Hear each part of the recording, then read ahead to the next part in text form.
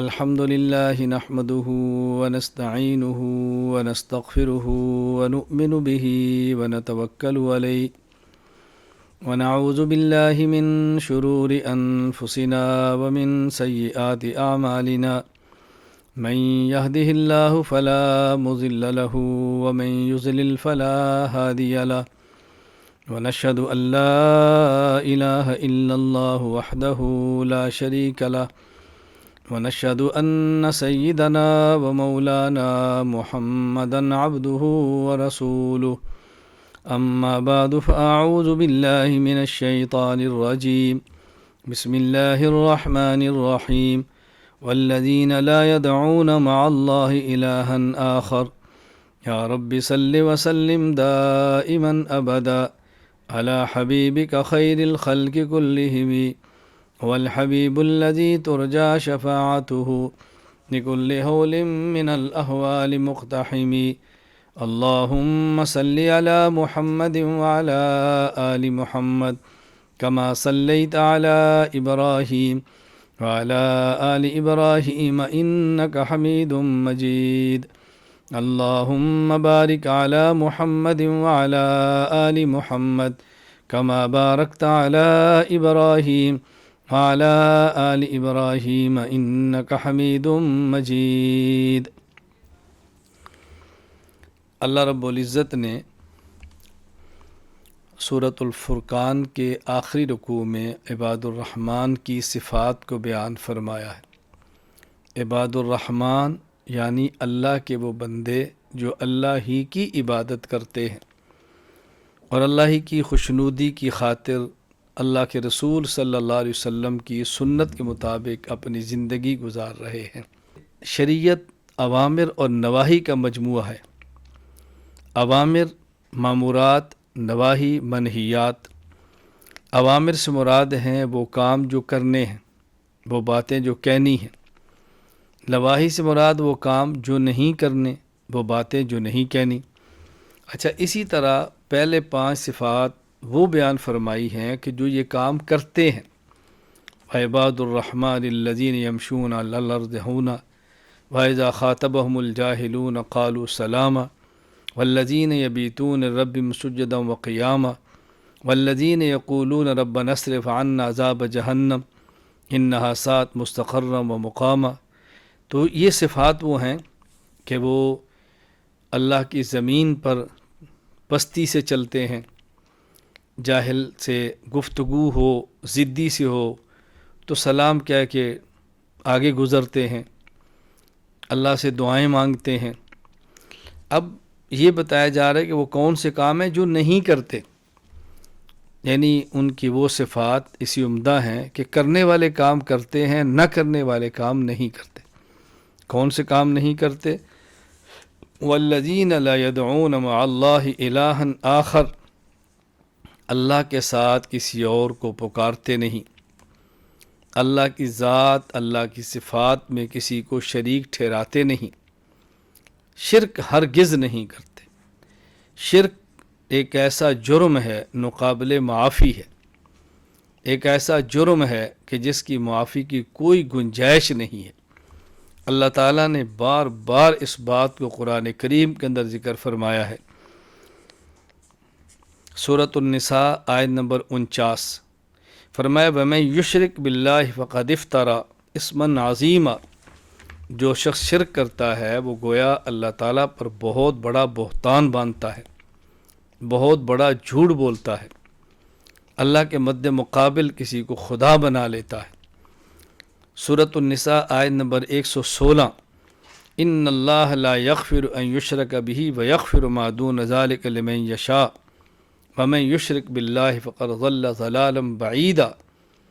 جو شخص شرک کرتا ہے اس کو ہرگز اللہ معاف نہیں فرمائیں گے، اور شرک کرنے والا بہت بڑی گمراہی کے اندر ہے۔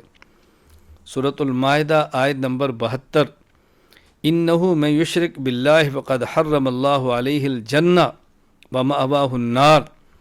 جو شخص اللہ کے ساتھ شرک کرتا ہے اللہ تعالیٰ اس شخص پر جنت کو حرام فرماتے ہیں، جہنم اس کا ابدی ٹھکانہ بنتا ہے۔ اللہ اکبر۔ سورۃ توبہ آیت نمبر 17 اولئک حبطت اعمالہم وفی النار ہم خالدون، اگر مشرک کوئی نیک عمل کر بھی لیتا ہے تو اس کا نیک عمل دنیا میں برباد ہو جاتا ہے، نیک عمل کرنے کے باوجود بھی جہنم میں جاتا ہے۔ سورۃ توبہ آیت نمبر 28، انما المشرکون نجس، مشرک ناپاک اور پلید ہے۔ کتنی سخت بات اللہ تعالیٰ فرما رہے ہیں۔ سورۃ الحج آیت نمبر 31، فَمَن يُشْرِكْ بِاللَّهِ فَكَأَنَّمَا خَرَّ مِنَ السَّمَاءِ فَتَخْطَفُهُ الطَّيْرُ وَتَهْوِي بِهِ الرِّيحُ فِي مَكَانٍ سَحِيقٍ، بے قیمت ہے، بے حیثیت ہے، کسی کھاتے میں نہیں مشرک۔ اللہ اکبر، یہ تو ایسے ہے جیسے آسمان سے گرا، ابھی اس کو کوئی پرندہ اچھ کے اٹھائے یا ہوا اس کو دور دراز کہیں پھینک دے، کوئی اس کی قیمت نہیں۔ سورہ لقمان آیت نمبر 13، ان شرک لظلم عظیم، شرک بہت بڑا جرم اور بہت بڑا گناہ ہے۔ اللہ تعالیٰ نے کس طرح مشرک کے بارے میں بات فرمائی ہے، اور ایک جگہ پر عجیب بات فرمائی، جو کافر ہے، اللہ کی آیات کی تکذیب کرتا ہے۔ اللہ تعالیٰ فرماتے ہیں لا يدخلون الجنہ، اللہ اکبر، لا تفتح لهم ابواب السماء ولا يدخلون الجنہ حتی یلج الجمل فی سم الخیاط، جس طرح سوئی کے معمولی سے ناکے میں اونٹ کا داخل ہونا ممکن نہیں، اسی طرح اس کافر کا جنت میں جانا ممکن نہیں۔ یہ بات ذہن نشین فرما لیں۔ تو اللہ تعالیٰ نے عباد الرحمن کی صفت بیان فرمائی ہے کہ اللہ کی ذات، اللہ کی صفات میں شرک نہیں کرتے، نہ تو اللہ کی ذات کے مقابلے میں کوئی ذات مانتے ہیں، کسی کو معبود بنا لیں، اس کی پوجا کر لیں، ایسا نہیں کرتے، اور نہ ہی اللہ تعالیٰ کی جو خاص صفات ہیں وہ صفت کسی اور کے لیے ثابت کرتے ہیں۔ علم غیب اللہ کی صفت ہے، اللہ کے علاوہ کسی کو عالم الغیب نہیں کہتے۔ مختار کل اللہ کی صفت ہے، اللہ کی ذات کے علاوہ کسی کو مختار کل نہیں مانتے۔ قادر مطلق اللہ کی صفت ہے، اللہ کی ذات کے علاوہ کسی کو قادر مطلق نہیں مانتے۔ ہدایت اور گمراہی اللہ کے اختیار میں ہے، کسی اور کے لیے نہیں مانتے۔ زندہ کرنا اور مارنا اللہ کی صفت ہے، یہ صفت کسی اور کے لیے ثابت نہیں کرتے۔ رزق دینا اللہ کی صفت ہے، یہ اللہ کے علاوہ کسی اور کے لیے ثابت نہیں کرتے۔ نہ شرک فی ذات کا ارتکاب کرتے ہیں اور نہ ہی لوگ شرک فی صفات کے کرتے ہیں، ارتکاب کرتے ہیں، مشرک نہیں ہیں۔ وعباد الرحمن، عباد الرحمن کے اللہ نے خاص صفت بیان فرمائی ہے۔ یہاں دو چار باتیں ایسی ہیں جو میں آپ کی خدمت میں عرض کروں گا۔ ایک بات یہ سمجھیں کہ آیت کس موقع پر نازل ہوئی ہے۔ حضرت عبداللہ بن مسعود رضی اللہ تعالی عنہ فرماتے ہیں کہ رسول اکرم صلی اللہ علیہ وسلم سے سوال کیا، ایو ذنب عند اللہ اکبر، اے اللہ کے نبی کون سا گناہ ہے جو اللہ کے ہاں بہت بڑا ہے؟ تو رسول اکرم صلی اللہ علیہ وسلم فرمایا، ان تجعل للہ ندا وہو خلقک، پیدا اللہ نے کیا ہے اور تو اللہ کے ساتھ کوئی شریک ٹھہرائے، بہت بڑا گناہ ہے۔ اس کے بعد فرمایا ثم ان تقتل ولدک خشیت ان یطعم معک، اپنی اولاد کو اس ڈر سے مار دینا کہ اس کو کون کھلائے گا، یہ کھانے میں میرے ساتھ شریک ہو جائے گا۔ قلت ثم یون، اس کے بعد آپ نے فرمایا ان، اللہ اکبر، ان تزانی، سبحان اللہ، اللہ کے نبی نے کتنی سخت وعید فرمائی ہے۔ فرمایا ان تزانی بحلیلت جارک، پڑوسی کی بیوی کے ساتھ تو بدکاری کرے، پڑوسی کا بہت حق ہے۔ فرمایا بہت بڑے گناہ ہیں، اور فرماتے اس موقع پر رسول اکرم صلی اللہ علیہ وسلم کے قول کی تصدیق کے لیے نازل ہوئی، والذین لا يدعون مع اللہ الہا آخر ولا يقتلون النفس التي حرم اللہ الا بالحق ولا يزنون۔ عباد الرحمن کی صفات بیان فرمائی گئی ہیں۔ یہاں میں نے عرض کیا دو تین باتیں میں نے عرض کرنی۔ ایک بات آیت کس موقع پر نازل ہوئی کہ پوچھا گیا یا رسول اللہ بہت بڑا گناہ کون سا ہے؟ آپ نے فرمایا سب سے پہلے بڑا گناہ وہ شرک ہے، اللہ تعالیٰ ہماری شرک سے حفاظت فرمائے۔ دوسری بات یہ سمجھیں کہ اللہ تعالیٰ سے مدد مانگنا دو قسم کا ہے، ایک ہے ما فوق الاسباب، ایک ہے ما تحت الاسباب۔ ما فوق الاسباب کا معنی کوئی بندہ اللہ کے غیر سے وہ چیز مانگے جو دائرۂ اسباب سے باہر ہے۔ دائرہ اسباب میں نہیں آتی، یہ ہے ما فوق الاسباب۔ کوئی بندہ اللہ کے غیر سے وہ مانگے جو دائرہ اسباب کے اندر ہے۔ ما فوق الاسباب کسی سے مانگنا یہ تو شرک ہے، ما تحت الاسباب کسی سے مانگنا یہ شرک نہیں ہے۔ مثلا کوئی شخص کسی سے یہ کہہ دے کہ اپنی بیٹی مجھے دو، میں نکاح چاہتا ہوں، یہ شرک نہیں ہے۔ لیکن یہ کہنا کہ نکاح تو میں نے کر لیا ہے تو آپ مجھے اولاد دے دو، یہ شرک ہے۔ یہ شرک ہے، اولاد تو اللہ دیتے ہیں نا۔ کوئی شخص یہ کہے کہ آپ آسمان سے بارش برسا دو، یہ تو ٹھیک نہیں ہے۔ لیکن کسی کو ضرورت کو یار مجھے پانی پلاؤ، ذرا ایک گلاس پانی کا لے آؤ، یہ شرک نہیں ہے۔ ایک استعانت ما فوق الاسباب، ایک استعانت ما تحت الاسباب۔ ما فوق الاسباب غیر اللہ سے مانگنا یہ شرک ہے، اور ما تحت الاسباب اللہ کے غیر سے کوئی چیز مانگ لینا یہ شرک نہیں ہے۔ تیسری بات، دم اور تعویذ۔ دم اور تعویذ، دم رسول اکرم صلی اللہ علیہ وسلم سے ثابت ہے۔ سورۃ الفاتحہ پڑھیں، کسی کو دم کر دیں۔ سورۃ الفاتحہ لکھیں، کسی کو دم کر دیں۔ بسم اللہ الذی لا یضر مع اسمہ شیء فی الارض ولا فی السماء وہو السمیع العلیم لکھیں، کسی کو تعویذ دے دیں، پڑھیں، کسی پر دم کر دیں۔ افحسبتم انما خلقناکم عبثا وانکم الینا لا ترجعون، یہ آیات پڑھ کے دم کر دیں، کوئی شرک نہیں ہے۔ تو دم اور تعویذ یہ شرک نہیں ہے، بات اچھی طرح ذہن نشین فرما لیں۔ تعویذ میں ایسے کلمات ہوں جو شرکیہ ہوں، وہ شرک ہے، لیکن تعویذ میں ایسے کلمات جو اللہ کی ذات سے تعلق رکھتے ہیں وہ شرک نہیں ہے۔ کوئی شخص اللہ کا نام لکھتا ہے اور گلے میں لٹکا لیتا ہے، وہ تو اللہ کا نام لٹکایا ہے، اس میں کیا شرک ہے؟ کوئی شخص اللہ کا نام لکھتا ہے سر پہ باندھ لیتا ہے، یہ کیسے شرک ہے؟ اس لیے بات یاد رکھ لیں، دم کلمات طیبات کے ساتھ کرنا یا کلمات طیبات باندھ کر گلے میں لٹکا لینا، بازو پہ لٹکا لینا، یہ شرک نہیں ہے۔ جامع ترمذی میں روایت حدیث نمبر 1991 موجود ہے۔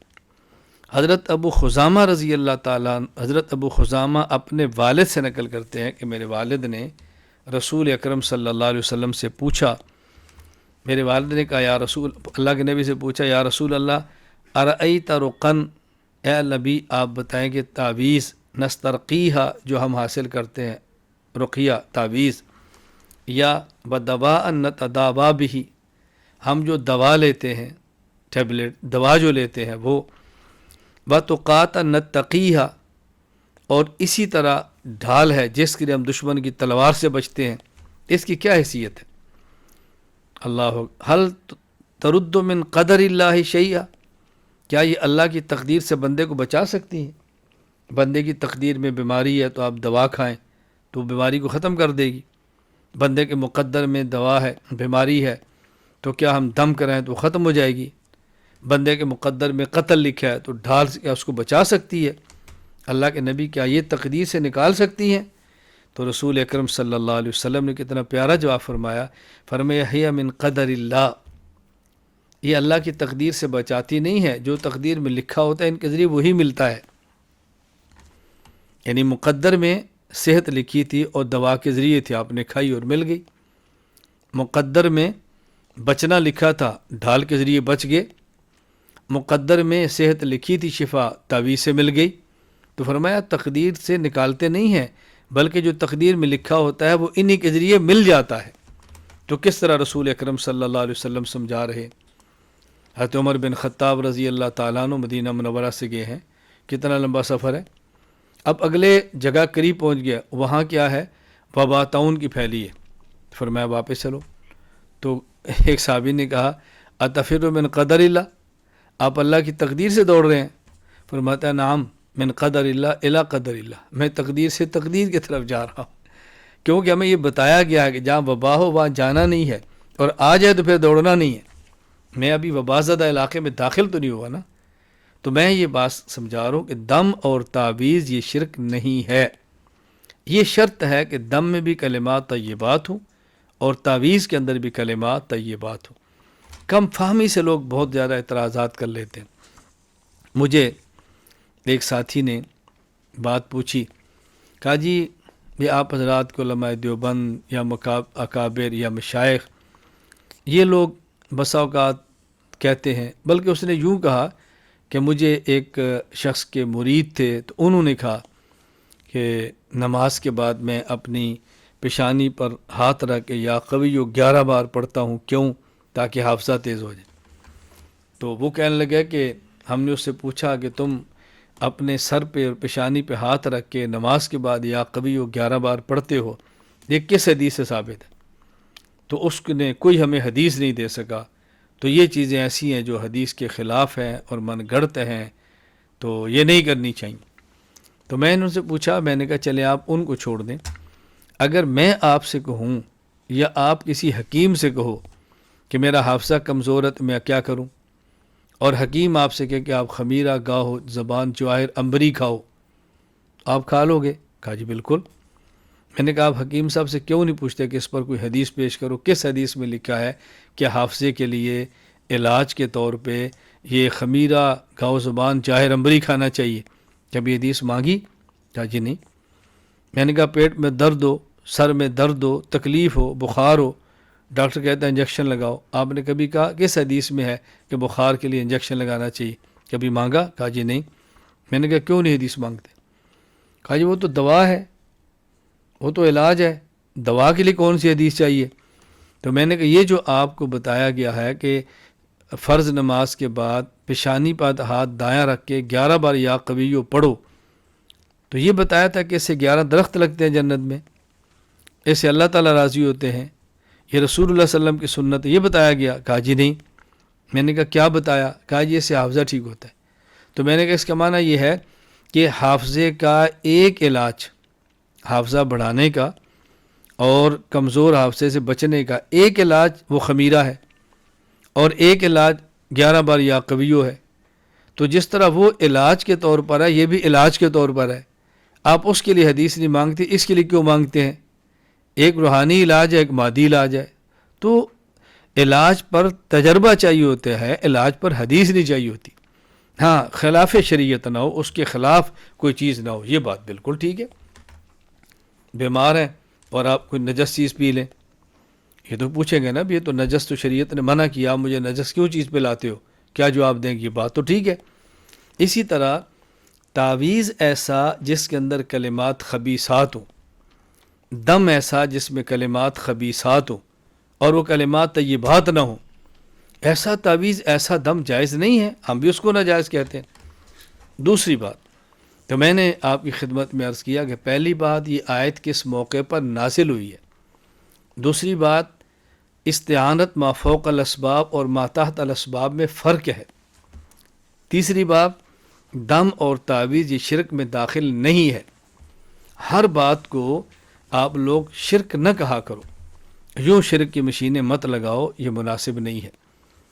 تو اللہ تعالیٰ نے عباد الرحمن کی جو صفات بیان فرمائی ہیں ان میں سے چھٹی صفت یہ ہے کہ وہ اللہ تعالیٰ کے ساتھ شرک نہیں کرتے، نہ اللہ کی ذات میں کسی کو شریک ٹھہراتے ہیں، نہ اللہ تعالیٰ کی صفات میں کسی کو شریک ٹھہراتے ہیں۔ ہمارا یہ ماہانہ جو آن لائن یہ چلتی ہے خانقاہی مجلس، میں پہلے بھی گزارش کر چکا ہوں کہ میں کوشش کرتا ہوں یہ خانقاہی مجلس بہت طویل نہ ہو، یہ مجلس بہت لمبی نہ ہو، بات مختصر ہو اور نیک نیتی کے ساتھ ہو، عمل کی نیت کے ساتھ۔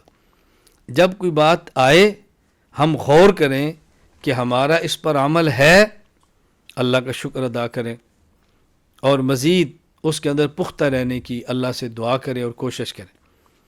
اگر وہ صفت آپ کے اندر نہیں ہے اور اچھی صفت ہے تو اس کو پیدا کریں، اللہ تعالیٰ سے دعا مانگیں اللہ ہمارے صفت کو پیدا فرما دے۔ خانقاہی مجلس کا ایک مقصد فذکر فإن ذکریٰ تنفع المؤمنین، یاد دہانی ہے، مذاکرہ ہو۔ دوسرا مقصد اللہ تعالیٰ کا ذکر کریں اور اپنے شیخ سے سیکھیں ذکر کرنا، ذکر اللہ کی عادت ڈالیں۔ نبی کریم صلی اللہ علیہ وسلم نے صحابہ کرام رضی اللہ عنہم اجمعین سے فرمایا جددوا ایمانکم، جددوا ایمانکم، اپنے ایمان کو تازہ کرتے رہنا۔ میں کئی بار گزارش کرتا ہوں بطور خاص علماء طلباء سے ترجمہ کرنا سیکھیں۔ جب آپ یہ کہ نا جددو ایمان کو، اپنے ایمان کو تازہ کرو، تو ممکن ہے کوئی کہہ دے جی رسول اللہ صلی اللہ علیہ وسلم کی صحبت میں کیا ایمان تازہ نہیں تھا، کیا فرما رہے ایمان تازہ کرو؟ اشکال آ جائے گا نا۔ ترجمہ ایسا کرو کہ اشکال کے دروازے بند ہو جائیں۔ میں اس لیے کبھی اپنے ساتھیوں کو عذرائے مزاح، پیار، محبت کے طور پہ کہتا ہوں بھی ہمارا ترجمہ خطیب کا ترجمہ نہیں ہوتا، ہمارا ترجمہ وکیل کا ترجمہ ہوتا ہے۔ خطیب کو اندازہ نہیں ہوتا کہ میری اس گفتگو پر اشکال کیا ہونا ہے، وکیل کو پتہ ہوتا ہے میری اس دلیل پر کیا جرح ہونی ہے، وہ اس کو ذہن میں رکھ کے بات کرتا ہے۔ اور الحمدللہ میں اپنے مسلک کی، مذہب کی وکالت کرتا ہوں اور اللہ کا شکر ادا کرتا ہوں۔ میں آج بھی کہہ رہا تھا اپنے دوستوں سے، ایک ہوتا ہے بندے کا عقیدت مند، ایک ہوتا ہے مخالف۔ میں گفتگو کرتے وقت عقیدت کی خوشیوں کا خیال کرتا ہوں، مخالف کی حسد اور بغض اور پروپیگنڈے کا خیال نہیں کرتا۔ وہ کہے گا جی ریاکاری ہے، اپنی تعریف کر دی ہے، اپنی کارگزاری تو کریں گے، تم اس کارگزاری کو تعریف کر لو تو ہمیں کیا فرق پڑتا ہے۔ ایک شخص جو دنیا میں کیس لڑتا ہے، چوری کے، ڈکیتی کے، زمینوں کے، ناجائز بھی، اسے پوچھو کون ہے؟ ایڈوکیٹ، وکیل۔ بھئی ہم سے پوچھو آپ کون ہیں؟ وکیل۔ یہ کیا ہوا جی؟ میں نے کہا وہ چند چوری اور چرس کے کیس لڑے، اس کو وکیل کہتے، عجیب نہیں لگتا؟ اور ہم جو اپنے مسلک اور دین کی وکالت کرتے ہیں تو ہمیں کیوں عیب محسوس ہوگا؟ ہم اس کو کیوں برا سمجھیں گے؟ ہم اس کو اللہ تعالیٰ کی نعمت سمجھیں گے۔ اللہ کا شکر ہے اللہ تعالیٰ نے ہمیں اپنے دین کی وکالت کرنے کی توفیق عطا فرمائی۔ تو میں بات یہاں سے چلی تھی کہ ہمارا ترجمہ خطیب کا نہیں ہوتا، ہمارا ترجمہ وکیل کا ہوتا ہے۔ تو رسول اللہ صلی اللہ علیہ وسلم نے فرمایا صحابہ کو، جددو ایمانکم، میں تو دنیا میں ہوں گا نہیں، میں تو چلا جاؤں گا، میرے جانے کے بعد اپنے ایمان کو تازہ کرتے رہنا، اپنے ایمان کو تازہ کرتے رہنا۔ صحابہ نے فوراً پوچھا کیف نجدد ایماننا، اللہ کے نبی ہم ایمان کو کیسے تازہ کریں گے؟ نجدد فعل مضارع ہے نا، فعل مضارع میں حال بھی ہوتا ہے، مستقبل بھی ہوتا ہے۔ ہم کیسے ایمان کو تازہ کریں گے؟ آپ نے کیا فرمایا؟ بکثرت قول لا الہ الا اللہ، کثرت کے ساتھ لا الہ الا اللہ پڑھنا ایمان تازہ ہو جائے گا۔ کثرت کا اطلاق لغت عرب میں، کلام عرب میں 100 پر بھی ہوتا ہے۔ 100 کو کثرت کے ساتھ بھی کہتے ہیں۔ یار میں نے تجھے 100 بار یہ بات سمجھائی ہے، اس کا کیا مطلب ہوتا ہے کہ بار بار سمجھائیے۔ اس لیے کثرت کی حد نہیں ہے، لیکن کثرت کے اطلاق کبھی 70 پر بھی ہوتا ہے، کبھی 100 پر بھی ہوتا ہے۔ ہمارے مشائخ عام طور پر کہتے ہیں بھی 100 بار اس کو پڑھ لیا کریں، 100 بار پڑھ لیا کریں۔ تو رسول اللہ صلی اللہ علیہ وسلم نے فرمایا کہ تم لا الہ الا اللہ کثرت کے ساتھ پڑھو، اس سے ایمان تازہ ہوتا ہے۔ میں گزشتہ صبح فجر کی نماز کے بعد ہمارا ذکر کی مجلس ہوتی ہے، تو میں دوستوں سمجھا رہا تھا کہ ایک بات سمجھو، ہم ذکر بالجہر کرتے ہیں، اجتماعی کرتے ہیں، ساتھیوں کو سمجھانے کے لیے کرتے ہیں، تو بعض ساتھی اس پر فتویٰ لگا دیتے ہیں بدعت ہے۔ تو بعض ایسے ساتھی جو فتویٰ لگانے والے ہیں، میں نے کہا مظاہر ان سے پوچھو بھئی آپ خلوت میں کتنی بار ذکر کرتے ہو؟ کتنی بار؟ اس ذرا ایمانداری سے بتاؤ کتنی بار کرتے ہو؟ تو خلوت میں اور اکیلے آپ کرتے نہیں، ہم مجلس سجا کے لوگوں کو ترغیب کے لیے کرا لیتے ہیں، آپ اس کو روک دیتے ہو، تو نہ ذکر خلوت میں رہا نہ ذکر جلوت میں رہا، تو پھر کریں گے کیا؟ پھر کیا کریں گے؟ بھئی یہ تو تذکیر ہے، یہ تو سمجھانا ہے، یاد دہانی ہے، ترغیب ہے، سیکھو ذکر کیسے کرنا ہے۔ اب مہینے میں 1 مرتبہ آن لائن خانقاہ اجتماع میں ذکر کرتے ہیں، مرد ہیں وہ بھی کریں، خواتین آہستہ کریں، عادت ڈالیں۔ باقی پورا مہینہ تو میں آپ کو اجتماعی ذکر نہیں کراتا نا، یہ تو ایک بار سکھاتا ہوں کہ یوں کرو، اس کے بعد آپ کرتے رہیں۔ استاد بچوں سے کہتا ہے ایک بیٹا آگے کھڑے ہو جاؤ، باقی پیچھے کھڑے ہو جاؤ، تم نماز کہلواؤ اور یہ کہیں، اور بچہ کہتا ہے سبحانک اللہم، پیچھے سارے کہتے ہیں سبحانک اللہم، کوئی بھی نہیں کہتا غلط ہے، کیوں کہتا ہے؟ جی سکھا رہا ہے۔ اور جب شیخ یہ بات کہ اپنے مریدین کو ذرا اب یہاں سے نکالو لا الہ الا اللہ، کہا جی بدعت ہے، کہاں لکھا ہوا ہے؟ کیا صحابہ ایسے کرتے تھے؟ میں نے ایک آدمی کو کہا،